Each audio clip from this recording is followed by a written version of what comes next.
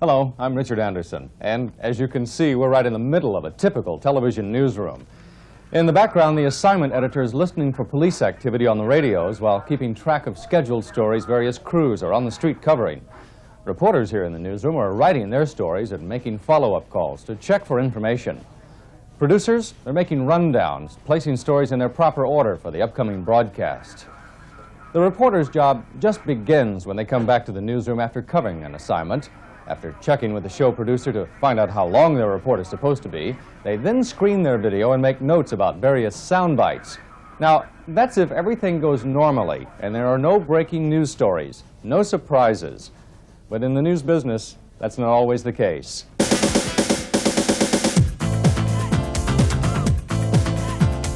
In creating the story you're about to see, we used footage from the editing material in this exercise. Before we show you our version, let's take a closer look at the kinds of news footage provided on this tape. Broadcast news stories are produced using combinations of several basic reporting tools: video of the news event, sound bites, natural sound, reaction shots, and stand-ups. Your tape includes complete video footage of a hostage crisis, as it would be covered by a TV news team. This video should be carefully selected for several reasons. First, to support and illustrate the information you include in your voiceover. To increase the effectiveness of sound bites by adding visual content to them. To bring viewers to the scene of an unfolding story in live news segments. And to incorporate the use of natural sound, which can and should be used to enhance the emotional impact of your story. With the increased use of home video equipment, many stations are able to purchase footage of reasonable quality from an eyewitness at the scene of a story. Footage of this type, which is included on your tape, can be used as is or enhanced electronically to produce stills or slow-motion shots that illustrate a particular storyline. Sound is a vital element in the effective communication of a news event. Sound bites, which provide information, detail and color to a news story, are chosen from interviews with people closely linked to a news story. They should be used in place of voiceover whenever possible, because the words of a source are much more credible and powerful than any voiceover a reporter might write. I reported him to the campus police. They didn't do anything. His teachers, they didn't do anything. I threatened to beat him up myself. I had Suzanne by the hair, and he was screaming to us to stay down or he would kill us. Reaction shots are used in news stories to add emotional impact and cover awkward video edits, such as jump cuts and sound bites. The most commonly used reaction video are brief shots of the reporter listening to the interviewee, which are usually used to cover a jump cut, and slightly longer shots of people at the scene of an event. This particular type of reaction video adds emotional impact and ranges from a crowd shot to a close-up or a medium close-up of one or two people. No shots were fired by the New Orleans Police Department SWAT team. The only involvement with the SWAT team was naturally to keep the entire area safe and keep the negotiations fluid. We have the suspect now in custody. He will be taken to the Detective Bureau for further investigation, further questioning, and charges will be forthcoming. No shots were fired by the New Orleans Police Department SWAT team. The only involvement with the SWAT team was naturally to keep the entire area safe and keep the negotiations fluid. We have the suspect now in custody. He will be taken to the Detective Bureau for further investigation, further questioning, and charges will be forthcoming. Reporter stand-ups can serve several purposes. First, because a stand-up is shot with the news event in the background, it enhances the credibility of the news coverage by placing the reporter at the scene. A stand-up can also serve as a production tool by acting as a transition or bridge between story segments, and by providing additional footage when cover video is minimal. Now that we've introduced you to the basic elements of a broadcast news gathering, Let's take an example of a hostage drama. In our example, a gunman has taken 2 hostages at a university campus. Let's see how best to handle this as a breaking story. Good evening. The tense hostage drama at City University continues tonight. So far, here are the latest developments.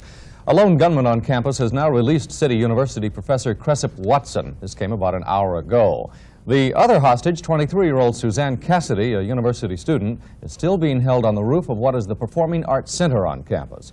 Police say as far as they can determine, she is still unharmed. The gunman is identified as 23-year-old James Gerald. Gerald is a physics major at the university. Earlier today, 2 students were wounded by sniper fire, but reports from the scene tonight indicate that there have not been any gunshots fired for the last several hours. Noelle O'Segan has been on campus all day and now has a live report. Richard, this is the situation right now. The police are negotiating still with Jimmy Gerald for the release of Suzanne Cassidy. I have with me now Dr. Bill Swanson, who is the police department sociologist. Dr. Swanson, can you give us an idea of what Jimmy Gerald's mental state is at this point? Well, he's obviously very, very agitated, but he is at least talking to the police negotiators. And as long as he continues to talk, we have a good chance of doing something positive. Earlier today, certainly that was not the situation. Early this morning, 23-year-old physics student James Gerald pulled a gun from his backpack during an English class and took classmate Suzanne Cassidy and Professor Cressip Watson hostage. He kept pointing the gun at all of us and just saying, stay down, or he'd kill us, and he'd kill Suzanne, too. Gerald fled with the hostages to the roof of the building where he opened sniper fire. 2 students were wounded and a 3rd student was trapped behind a tree by gunfire until rescued by members of the NOPD SWAT team. The gunman's sniper activity ceased after police arrived on the scene. He appeared to be concentrating his efforts on negotiations with the police until a helicopter arrived on the scene. This triggered anger in him and more rounds of gunfire. Police say Gerald is armed with several assault rifles and a homemade bomb which is strapped to his chest. A bomb he may have learned to make in his university classes. We don't have a course in bomb making, but we do teach physical and chemical principles that a bright student can integrate into an explosive device. Police have declined comment on possible motives for the siege, but friends of Gerald and Cassidy say it may have been triggered by the gunman's infatuation with her. The police negotiators are continuing to have talks with the gunman, and they expect that those talks will go on for quite some time. This is Noelle O'Segan reporting from City University campus. This example is a look at how an ongoing breaking story might be handled for the 6 o'clock news. Now, let's take a look at how the same day's events might be handled on the 10 o'clock news once the situation has been resolved. The hostage situation at City University is over. Hostage Suzanne Cassidy was released unharmed earlier this evening after a lone gunman surrendered to police. Good evening, I'm Richard Anderson. The drama which has been unfolding over the last 14 hours is over. Noelle O'Segan has been at the scene throughout the day with the New Orleans SWAT team and has our report. The 21-year-old physics student's reign of terror began shortly after 8 this morning when he pulled an assault rifle from a gym bag and took his English professor and a classmate hostage. Gunman James Gerald took 20-year-old Suzanne Cassidy and Professor Cressip Watson to the roof of the university's Performing Arts Center. For the next several minutes, he fired randomly at people in the quadrangle below, seriously wounding 2 students.